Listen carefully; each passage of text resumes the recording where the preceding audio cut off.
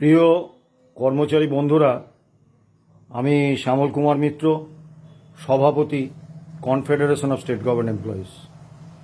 আজকে একটি অতি গুরুত্বপূর্ণ বিষয় নিয়ে আপনাদের সামনে উপস্থাপিত হয়েছি। আপনারা সংবাদ মাধ্যম সূত্রে নিশ্চয়ই অবগত হয়েছেন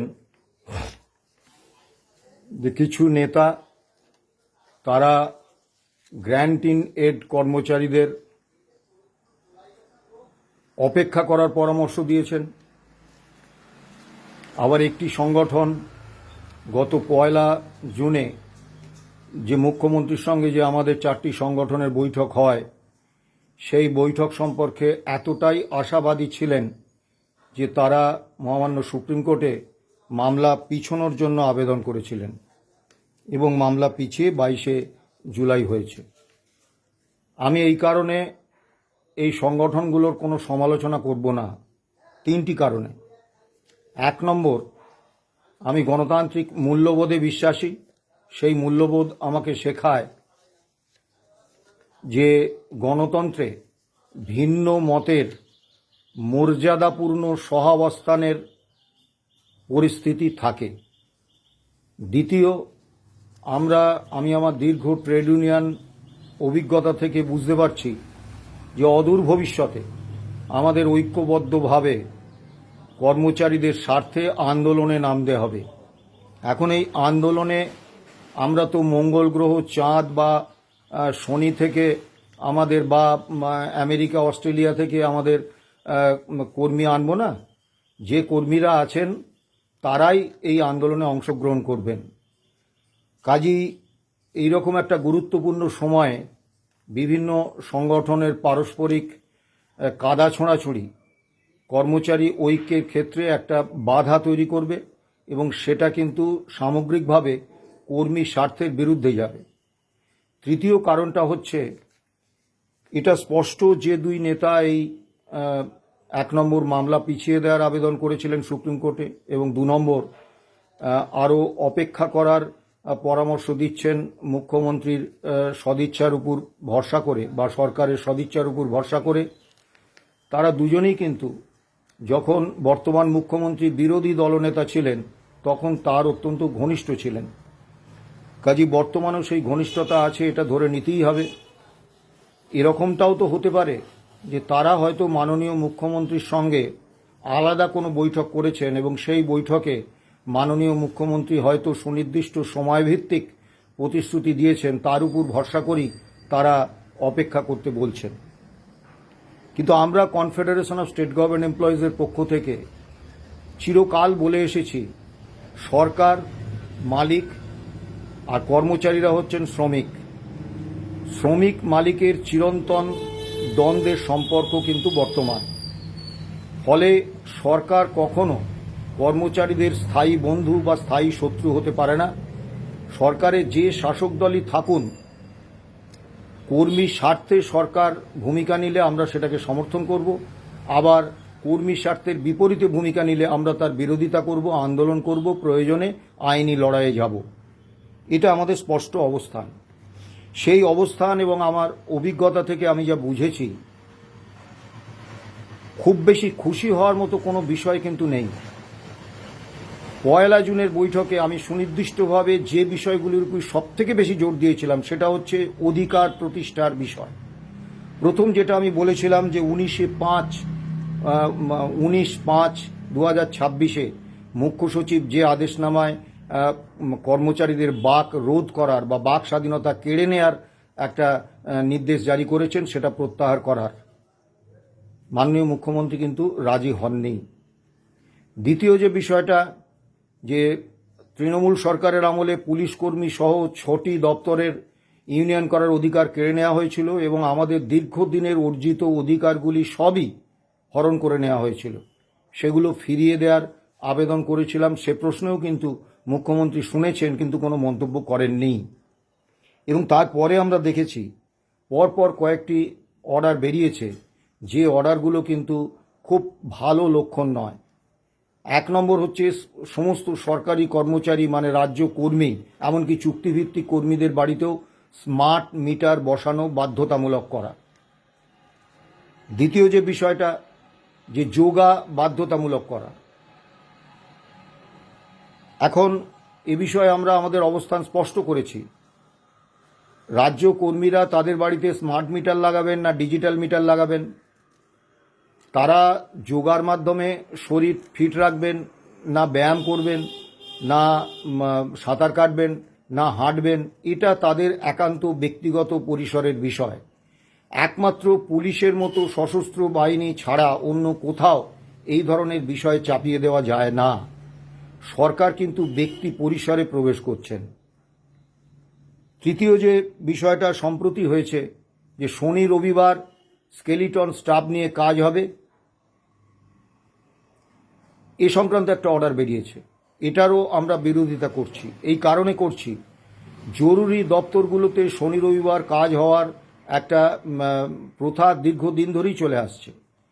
কিন্তু যেগুলো জরুরি বিভাগ নয়, সাধারণ বিভাগ, দীর্ঘদিনের কর্মী হিসেবে যে অভিজ্ঞতা, তাতে আমি বুঝেছি যে শনি রবিবার অফিস খুলে কাজ করতে হবে এরকম কোনো বাধ্যবাধকতা বা এরকম কোনো পরিস্থিতি কিন্তু নেই। তা এবং এই শনি রবিবার ছুটির বিষয়টাও কেন হয়েছে ভাবতে হবে। শনিবার আগে হাফ ছুটি হতো, তখন 10টা 5টা ডিউটি ছিল, তারপরে ডিউটিটা 5:30 অবধি করে দেওয়ার পরে আধ ঘন্টা করে 5 দিন বেশি, সেই জন্য শনিবারটাও ছুটির দিন হিসেবে ঘোষিত হয়।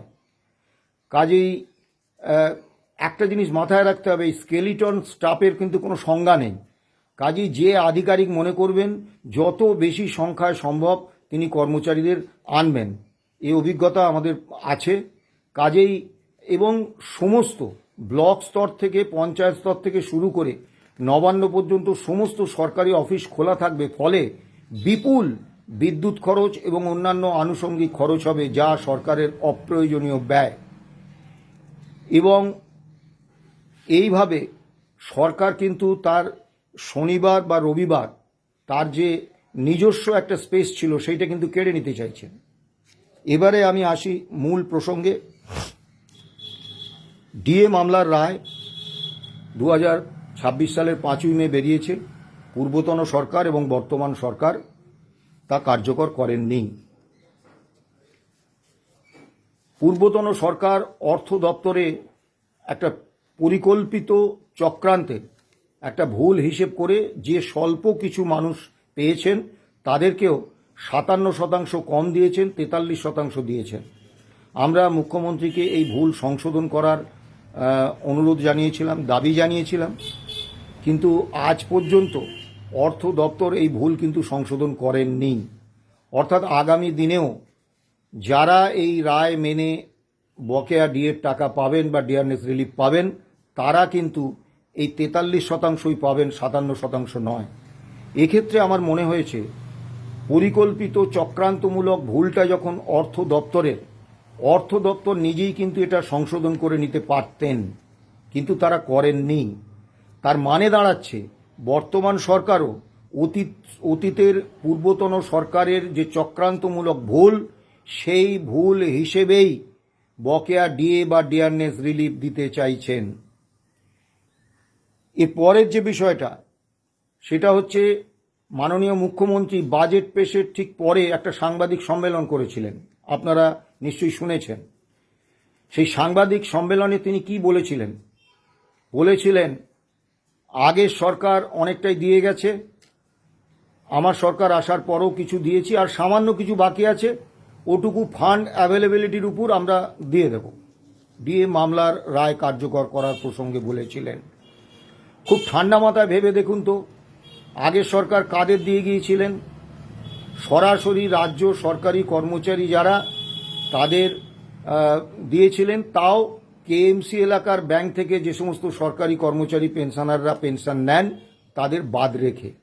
Grant in add, work charge বা ডেইলি রেটেড কর্মীদের কিন্তু দেননি।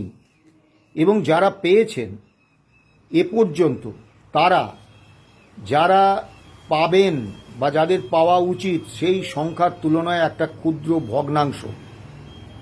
অর্থাৎ আপনারা যদি মাননীয় মুখ্যমন্ত্রীর বক্তব্যটা খুব মন দিয়ে শোনেন এবং বিশ্লেষণ করেন, তাহলে বুঝবেন মাননীয় মুখ্যমন্ত্রী কিন্তু শুধুমাত্র সরকারি কর্মচারীদের কথাই বলেছেন। এরপরে কেএমসি এলাকার পেনশনারদের এই বকেয়া না পাওয়ার ক্ষেত্রে সরকার যে যুক্তি খাড়া করেছেন, আগের সরকার এবং বর্তমান সরকার, এই যুক্তি কিন্তু আদৌ বিশ্বাসযোগ্য নয়। রাজ্য সরকারি পেনশনার, তাদের পেনশনদান অর্থ দপ্তর, আর তার ডেটাবেস থাকবে অন্য কারুর কাছে, ব্যাংকের কাছে, এটা আদৌ বিশ্বাসযোগ্য নয়। সবথেকে বড় কথা, কোষা সিস্টেম, এটা মুখ্যমন্ত্রীকে আমি বলেছিলাম, কোষা সিস্টেমে 2015 পর্যন্ত বেতন হয়েছে। আমি যদি ধরে নিই সেই তথ্য অর্থ দপ্তরে নেই, তাহলেও টাটা কনসালটেন্সি সার্ভিসের কাছে আছে। টাটা কনসালটেন্সি সার্ভিসেস থেকে সেই ডেটাবেস কালেকশন করে নিলে 2015 পর্যন্ত সমস্ত ডেটাবেস অর্থ দপ্তর পেয়ে যাবেন। আর 2016 থেকে HRMS পোর্টালে বেতন বা পেনশন হচ্ছে। কাজেই অর্থ দপ্তরের কাছে ডেটাবেস না থাকার যে কথা পূর্বতন এবং বর্তমান সরকার বলছেন, তা আদৌ আমাদের কাছে বিশ্বাসযোগ্য নয়। অর্থাৎ সরকার কেএমসি এলাকায় ব্যাংক থেকে যে সমস্ত পেনশনাররা, সরকারি পেনশনাররা পেনশন পান, তাদের দিচ্ছেন না বলেই তারা পাচ্ছেন না। গ্র্যান্ট ইন এডের কেউ এখনো পাননি, ওয়ার্ক চার্জ কর্মচারীরা পাননি, ডেলি রেটেড কর্মচারীরা পাননি। এবং খুব স্বল্প যে দাবিগুলো সরকার মানে অনায়াসই পূরণ করতে পারতেন, সেগুলো কিন্তু আমি বলেছিলাম সেগুলো পূরণ হয়নি। যেমন 600 টাকা বেতন পান ট্যাক্স কালেক্টর, তার বেতন বৃদ্ধির কথা বলেছিলাম, হয়নি। তারা আজও 600 টাকাই বেতন পাচ্ছেন। জীবিকা সেবকরা 9 বছর ধরে বেতন পাচ্ছেন না, তাদের বেতন চালু করার কথা বলেছিলাম, তা হয়নি। ওয়েস্ট বেঙ্গল হেলথ স্কিমে শিক্ষক, শিক্ষাকর্মী সহ অন্যান্য রাজ্য কর্মীদের অন্তর্ভুক্ত করার দাবি করেছিলাম, হয়নি। এটাতে সরকারের 1 নয়া পয়সা আর্থিক অনুদান বা আর্থিক বরাদ্দ দিতে হবে না। তারপরে ধরুন ওয়ার্ক চার্জ কর্মচারীদের আগে 1974 সাল থেকে 10 বছর চাকরি হলে তাদের রেগুলারাইজেশন হতো, 3 বছর চাকরি করলে তারা কোয়াজি পার্মানেন্ট স্টাফ হিসেবে গণ্য হতেন। 2011 সালে তৃণমূল সরকার এই অধিকার তাদের থেকে কেড়ে নেয়। 2011 থেকে আজ পর্যন্ত ওয়ার্ক চার্জ কর্মীদের রেগুলারাইজেশনের প্রক্রিয়াটা বন্ধ হয়ে আছে এবং তারা ব্যাপক ক্ষতিগ্রস্ত হচ্ছেন। আমি মাননীয় অর্থমন্ত্রীকে বলেছিলাম, কিন্তু সে ব্যাপারে কোনো উদ্যোগ নেওয়া হয়নি। অপেক্ষা করতে বলছেন যারা, তাদের কোনো সমালোচনা না করেই আমি বলছি। পঞ্চম বেতন কমিশনের কার্যকালের মেয়াদ ছিল 2006 থেকে 2015। তারপরে ষষ্ঠ বেতন কমিশনের কার্যকালের মেয়াদ 2016 থেকে 2025। অর্থাৎ পঞ্চম বেতন কমিশনের পরে ষষ্ঠ বেতন কমিশনের কার্যকালের মেয়াদ চলে গেছে, 20 বছর চলে গেছে। পঞ্চম বেতন কমিশনের যে প্রাপ্য, সেই প্রাপ্যটা রোপা 2009 অনুসারে পূর্বতন সরকার দেননি। আমরা মামলা করেছি 2016 সালে, 11তম বছরে এই মামলা পা দিয়েছে। আমরা যখন মামলা করেছি, মামলার অন্যতম পিটিশনার ছিলেন ইন্দ্রনীল মিত্র, তিনি আমাদের সংগঠনের কোষাধ্যক্ষ ছিলেন, তিনি প্রয়াত হয়েছেন। যার জন্য আমরা বিকাশ রঞ্জন ভট্টাচার্য, ফিরদৌস শামীম, গোপা বিশ্বাসদের এই মামলায় অন্তর্ভুক্ত করতে পেরেছিলাম। সেই অর্থ দপ্তরের কর্মী স্বপন দে, তার কাছে আমরা চিরকৃতজ্ঞ। সেই স্বপন দে তিনি কিন্তু প্রয়াত হয়েছেন। এবং 10 বছর আগে, 11 বছর আগে যারা আমাদের সঙ্গে ছিলেন, তাদের অনেকে চলে গেছেন। এবং প্রতিদিন খবর পাচ্ছি যে হয় কর্মরত কোনো কর্মী বা পেনশনার তারা চলে যাচ্ছেন আমাদের ছেড়ে, প্রয়াত হচ্ছে। তাহলে আর কত কাল আমরা অপেক্ষা করব? এই অপেক্ষাটা কি একেবারে মানে 11 বছর নয়, আমরা অপেক্ষা করছি কিন্তু 20 বছর। কারণ প্রাপ্যটা পঞ্চম রাজ্য বেতন কমিশনের। আর কত কাল আমরা অপেক্ষা করব? আর কত পেনশনার আমাদের ছেড়ে চলে গেলে, আর কত কর্মরত কর্মচারী আমাদের ছেড়ে চলে গেলে এই অপেক্ষার অবসান হবে? অত্যন্ত সুনির্দিষ্টভাবে বলি, এই রায় কার্যকর করতে যে টাকা লাগবে, সেটা ব্যক্তিগতভাবে মাননীয় মুখ্যমন্ত্রী, মাননীয় অর্থমন্ত্রীর প্রতি পূর্ণ সম্মান রেখেই বলছি, তারা ব্যক্তিগতভাবে পকেট থেকে দেবেন না বা শাসক দল তাদের দলীয় তহবিল থেকে দেবেন না। বাজেটে এই সংক্রান্ত সংস্থান থাকলে সেই সংস্থান হওয়া অর্থ থেকেই কিন্তু এই রায় কার্যকর করার খরচ মেটাতে হবে। এখন পূর্বতন সরকার রায় কার্যকর করতে, আংশিক কার্যকর করতে 6,600 কোটি টাকা খরচ করেছিলেন। বর্তমান সরকার 35,170 কোটি টাকা খরচ করতে হবে তাদের, কারণ খরচ বলা হয়েছিল সুপ্রিম কোর্টে 41,770 কোটি টাকা লাগবে। তাহলে 6,600 কোটি টাকা খরচ হয়েছে, আরও অন্তত 35,170 কোটি টাকা খরচ করলে তবে রায় কার্যকর করা যাবে। এই 35,170 কোটি টাকার কোনো সংস্থান কিন্তু 22শে জুন যে বাজেট বিবৃতি পেশ করা হয়েছে বিধানসভায় সেখানে নেই। কাজেই বাজেট যখন পাশ হবে তার আগে সরকার যদি এই 35,170 কোটি টাকার কোনো সংস্থান বাজেটে না রাখেন, তাহলে জেনে রাখুন যে যাই বলুন, আগামী 31শে মার্চ 2027 অর্থাৎ এই 26-27 অর্থবর্ষের শেষ দিনটি পর্যন্ত রায় কার্যকর হওয়ার কোনো রকম সম্ভাবনা নেই। এটা স্পষ্ট করে জেনে রাখুন। হ্যাঁ, হতেই পারে যদি বাজেটে বিধানসভায় পাশ হওয়ার আগে যদি অর্থমন্ত্রী আবার এটা ঢোকান তাহলে হতে পারে, কিন্তু এখনো পর্যন্ত যা পরিস্থিতি, এই 35,170 কোটি টাকার সংস্থান বাজেটে না রাখা পর্যন্ত মহামান্য সুপ্রিম কোর্টের এই রায় কার্যকর সরকার করছেন না। এই জায়গায় দাঁড়িয়ে আমি আপনাদের প্রত্যেকের কাছে আবেদন করব, আগামী 22শে জুলাই, তার আগে একটি কথা বলি, আমি এর আগেই বলেছি, অদূর ভবিষ্যতে ঐক্যবদ্ধ যৌথ কর্মচারী আন্দোলনে আমাদের নামতেই হবে, এছাড়া কোনো পথ নেই। সেই জায়গায় পারস্পরিক কাদা ছোঁড়াছড়ি কিন্তু সার্বিক কর্মচারী ঐক্যের ক্ষেত্রে বাধা সৃষ্টি করে। কদিন আগে দেখলাম একটি ইউটিউব চ্যানেলে সাক্ষাৎকারে সংগ্রামী যৌথ মঞ্চের এক তরুণ নেতা, তিনি রাজ্য কোঅর্ডিনেশন কমিটির বিরুদ্ধে সোচ্চার হয়েছেন, তীব্র নিন্দা করেছেন। তার বক্তব্য যে তারা তো ডিএ মামলায় যুক্ত হয়নি 2016 সালে, তাহলে এখন এই স্মার্ট মিটার বা যোগা নিয়ে যে অর্ডার বার করেছে তার বিরুদ্ধে আদালতে কেন, এবং খুব আগ্রাসী ভাষাতেই কোঅর্ডিনেশন কমিটির সমালোচনা করেছেন। এই নেতা অতীতে আমাদের একাধিক ক্ষেত্রে নবান্নের অঙ্গুলি হেলনে আমরা মামলা পিছিয়ে দিচ্ছি এই রকম বক্তব্য নিয়ে উপস্থাপিত হয়েছিলেন। আমরা তার কোনো প্রতিক্রিয়া দিইনি, কারণ আমরা শিক্ষক, শিক্ষাকর্মী, বোর্ড, কর্পোরেশন, পঞ্চায়েত, পুরসভা থেকে শুরু করে আন্ডারটেকিংস এবং রাজ্য সরকারি কর্মচারী, পেনশনার্স, তাদের ক্ষেত্রে আমাদের বিশ্বাসযোগ্যতা এবং আমাদের সমর্থন ভিত্তি সম্পর্কে অত্যন্ত আত্মবিশ্বাসী। কিন্তু একটা কথা বলবো, হ্যাঁ এটা ঠিক, 2016 সালে যখন আমরা মামলা করি, আমরা প্রত্যেকটি রাজ্য সরকারি কর্মচারী সংগঠনের কাছে আবেদন রেখেছিলাম। দীর্ঘ আলোচনার প্রক্রিয়া চলেছিল, কোঅর্ডিনেশন কমিটির সঙ্গেও আলোচনা চলেছিল, আমি নিজে আলোচনা করেছিলাম কোঅর্ডিনেশন কমিটির তৎকালীন সাধারণ সম্পাদক এবং সভাপতির সঙ্গে, কিন্তু তারা আসেননি। একমাত্র একটি ছোট সংগঠন ইউনিটি ফোরাম, তারা 2016 সালে আমাদের সঙ্গে এসেছিলেন। এলে ভালো হতো, কিন্তু প্রত্যেকটা সংগঠনের তাদের সিদ্ধান্ত নেওয়ার অধিকার আছে এবং তারা তাদের সাংগঠনিক স্বার্থ দেখেই তারা সিদ্ধান্ত নেবেন। আপনারা নিশ্চয়ই ভুলে যাননি, 2016 সালে মামলায় যখন প্রথম এই স্যাটের রায় হলো 2017 সালে, ডিএ কর্মচারীদের অধিকার নয়, সরকারের ডিসক্রিশনারি পাওয়ার, অর্থাৎ সরকার যখন মনে করবেন ডিএ দেবেন, কর্মচারীরা অধিকার হিসেবে এটাকে দাবি করতে পারে না।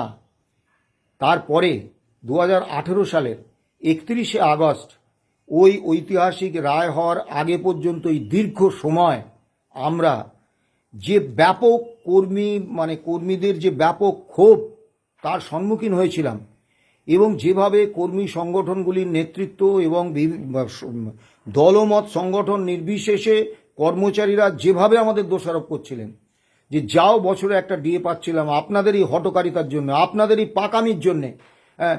কোর্ট রায় দিয়ে দিল, কোর্ট যখন রায় দিয়েছে যে ডিএ আমাদের অধিকার নয়, সরকার তো আর দেবে না, আপনারা আমাদের এই ব্যাপক বিশাল অপূরণীয় ক্ষতি করে দিলেন। এবং সেই সময় আমাদের পরিস্থিতিটা এমন হয়েছিল যে আমরা অফিসে যাওয়াটা বন্ধ করে দিয়েছিলাম, কারণ ট্রেনে, বাসে, ট্রামে, অফিসে কটূক্তি আর সহ্য করতে পারছিলাম না। ইউনিয়ন অফিসের মধ্যে আমরা নিজেদেরকে সীমিত রেখেছিলাম। এখন আজকে মহামান্য সুপ্রিম কোর্ট একটা ঐতিহাসিক রায় দিয়েছেন, আমাদেরকে অনেকেই প্রশংসা করছেন, কিন্তু যদি বিপরীতটা হতো, অর্থাৎ রায় যদি কর্মচারীদের বিরুদ্ধে হতো, তাহলে কিন্তু আমরা ভিলেন এবং আমাদের সংগঠন কনফেডারেশন অফ স্টেট গভর্নমেন্ট এমপ্লয়িজের অস্তিত্ব আদৌ থাকতো কিনা এটা কিন্তু চিন্তার বিষয়। কাজেই তারা তাদের মতো করে সিদ্ধান্ত নিয়েছেন, সেই সিদ্ধান্ত নেওয়ার অধিকার তাদের আছে।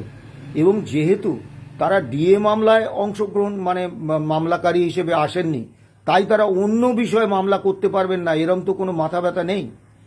আমি সংগ্রামী যৌথ মঞ্চের শীর্ষ নেতৃত্বের কাছে আবেদন রাখব যে আপনারা দয়া করে এই তরুণ নেতারা হয়তো আবেগে বসে, অত দূরদৃষ্টির অভাবে হয়তো এ ধরনের মন্তব্য করে ফেলছেন, বা হয়তো ভাবছেন এরকম মন্তব্য করলে অনেক ভিউ হবে, অনেকে খুব প্রশংসা করবে। এই প্রবণতা আপনারা রোধ করুন, কারণ আমি আবারও বলছি, আমরা মঙ্গল গ্রহ বা চাঁদ থেকে বা শনি গ্রহ থেকে কর্মচারী আনবো না। যে কর্মচারীরা আছেন, যে সংগঠনগুলো আছে, তাদের নিয়েই কিন্তু আমাদের যৌথ আন্দোলন করতে হবে। সেক্ষেত্রে আমরা যদি পারস্পরিক কাদা ছোঁড়াছুড়িতে মেতে উঠি, তখন কিন্তু এই প্রক্রিয়াটা কার্যকর করতে খুব বেগ পেতে হবে, আদৌ সম্ভব নাও হতে পারে। কাজেই আমরা প্রত্যেকটি সংগঠন পরস্পরের প্রতি শ্রদ্ধা রেখেই আমরা কথাবার্তা বলি, আর সমালোচনা করারও অনেক ধরন আছে, সেই ধরনগুলো আমরা ব্যবহার করতে পারি। আমরা এতটা রূঢ় হব কেন? এবারে মূল প্রসঙ্গে আমি আসি। ডিএ মামলার রায় কার্যকর এই সরকার করছেন না, এ ব্যাপারে আমার কোনো রকম দ্বিধা দ্বন্দ্ব নেই, যদি না তাদের সিদ্ধান্ত পরিবর্তিত হয়। সেক্ষেত্রে 22শে জুলাই সুপ্রিম কোর্টে মামলা আছে, সেদিন আদৌ মামলা হবে কিনা আমরা জানি না। যদি মামলা হয় আমরা আমাদের বিষয়টা নিশ্চয়ই তুলে ধরব, কিন্তু একটা কথা অত্যন্ত স্পষ্টভাবে আপনারা দয়া করে আমার উপর রুষ্ট হবেন না, আমার কথাটা বোঝার চেষ্টা করবেন। ভারতবর্ষে এমন অনেক বহু মামলার রায় আমি আপনাদের দেখিয়ে দিতে পারি, যে মামলার রায় কিন্তু জনমতের একটা ব্যাপক প্রভাব ছিল। আজকে আপনারা যারা গ্র্যান্ট ইনেডের কর্মচারী, যারা ওয়ার্ক চার্জ কর্মচারী, যারা ডেলি রেটেড কর্মচারী, তারা এই রায় মেনে 1 পয়সাও পাননি। আপনারা মাননীয় মুখ্যমন্ত্রী, মাননীয় অর্থমন্ত্রী, ইন্দু মালহোত্রা কমিটি এবং মহামান্য সুপ্রিম কোর্টের প্রধান বিচারপতিকে একই বয়ানে 4টে চিঠি পাঠান। সেখানে আপনারা লিখুন এই রায় 5ই ফেব্রুয়ারি 2026 হয়েছে, কিন্তু আমরা এখনও কেউ 1 পয়সা পাইনি, দয়া করে আমরা যাতে এই রায় মেনে বকেয়া ডিএটা পাই সেটার ব্যবস্থা করুন। এবং এটা আপনারা পাঠান পোস্টে। আমি এই ভিডিওর শেষে আমি প্রত্যেকের ঠিকানা দিয়ে দেব, আপনারা পোস্টে পাঠান। কারণ ইমেলে পাঠালে আমি ব্যক্তিগত অভিজ্ঞতা থেকে দেখেছি, ইমেলটা সংশ্লিষ্ট ব্যক্তির মেলবক্সেই থেকে যায়, সেখানে কিন্তু কোনো সেগুলো অফিসে বা দপ্তরে কাজ হয় না, সেগুলো নিয়ে বিচ্ছিন্ন ব্যতিক্রম থাকতেই পারে। কিন্তু আপনারা যদি পোস্টাল সার্ভিসের মাধ্যমে বা কুরিয়ার সার্ভিসের মাধ্যমে হাতে লেখা চিঠি পাঠান বা টাইপ করা চিঠি পাঠান, সেগুলো কিন্তু সংশ্লিষ্ট দপ্তরে গিয়ে রিসিভ হবে এবং সংশ্লিষ্ট দপ্তরের রিসিভিং সেকশন থেকে সেগুলো কিন্তু সংশ্লিষ্ট দপ্তরে ফাইল হয়ে যাবে, অর্থাৎ সংশ্লিষ্ট অফিসে সেই চিঠিগুলোর কিন্তু কাজ হবে। আপনারা প্রত্যেকে যারা 1 পয়সা এখনো পর্যন্ত পাননি, যেমন কেএমসি এলাকার সরকারি পেনশনার, যারা কেএমসি এলাকার ব্যাংক থেকে পেনশন পান, আপনারা প্রত্যেকে চিঠি লিখুন এই 4 জায়গায়: মাননীয় মুখ্যমন্ত্রী, মাননীয় অর্থমন্ত্রী, মাননীয় সুপ্রিম কোর্টের প্রধান বিচারপতি এবং ইন্দু মালহোত্রা কমিটি। চিঠি লিখুন, তাতে বলুন আমরা কিছু পাইনি, দয়া করে রায়টা কার্যকর করার ব্যবস্থা করুন। যারা পেয়েছেন কিন্তু ভুল হিসেবে পেয়েছে, অর্থাৎ 57% আপনার থেকে কম দেওয়া হয়েছে, তারা লিখুন যে আমরা আংশিক পেয়েছি 16 থেকে 19 পর্যন্ত, কিন্তু ভুল হিসেব করে আমাদের দেয়া হয়েছে।